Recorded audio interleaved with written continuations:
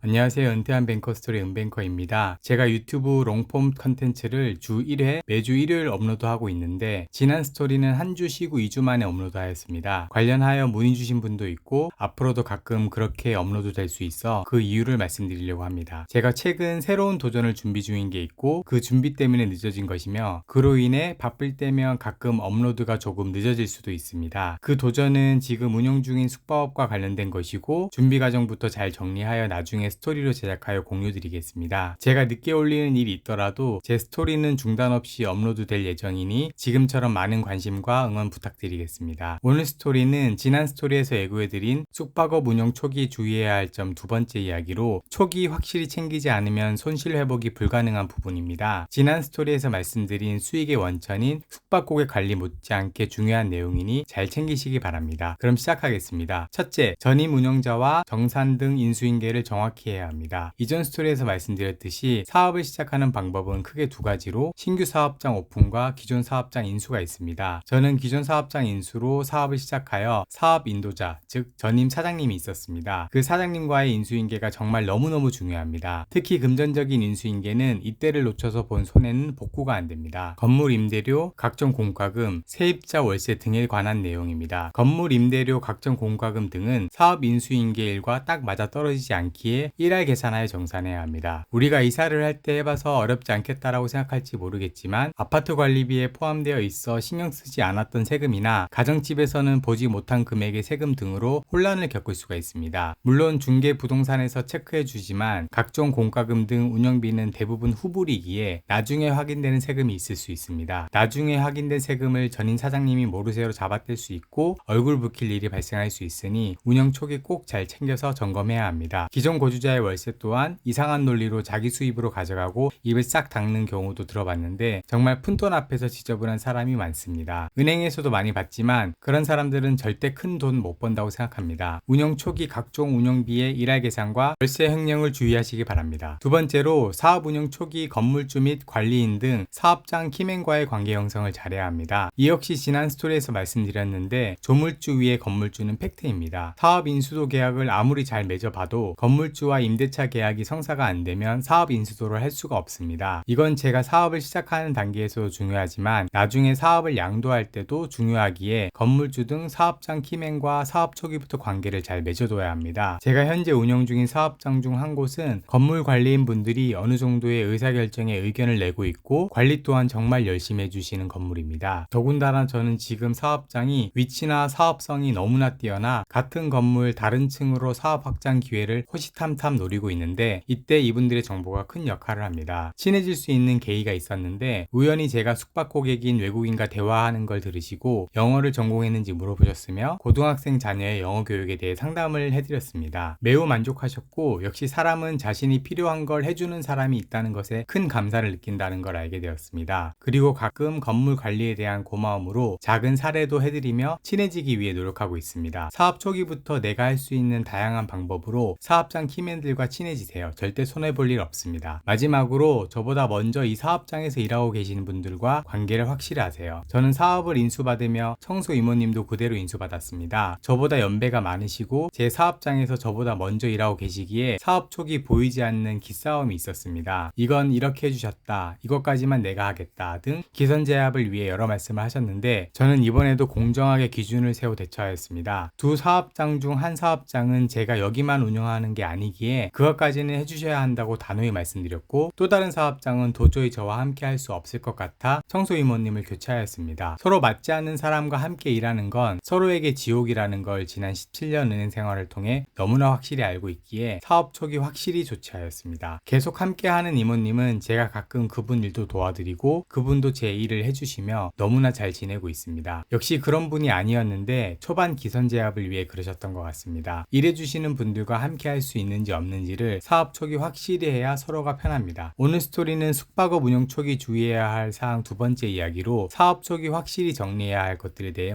말씀드렸습니다. 무슨 일이든 처음이 중요합니다. 꼬인 매듭을 푸는 것은 2배 이상의 노력이 필요합니다. 처음에 확실히 하셔서 쉬운 길로 걸어가세요. 다음 스토리에서는 숙박업 매출 관리를 위해 점검 또는 정리해둬야 할 것들에 대해 말씀드려 보겠습니다. 다음 스토리를 기대해 주세요. 감사합니다.